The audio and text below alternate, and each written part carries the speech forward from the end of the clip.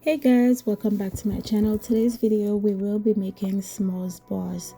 You only need a few ingredients to make this recipe.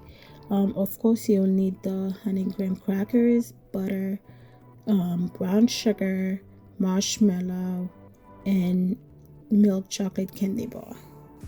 I will be listing all the ingredients that I'm using in the description box below, and I'll be making my s'mores in the air fryer, not in the oven.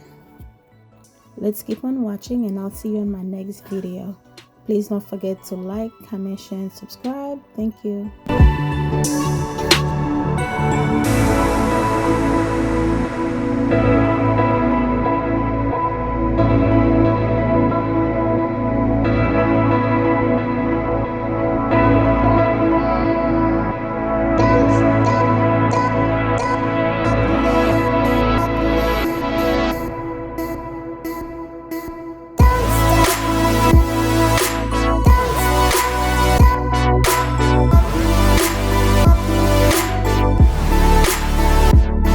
Now I'll be placing it in the oven, in my case the air fryer, for 5 to 6 minutes or until it's bubbly.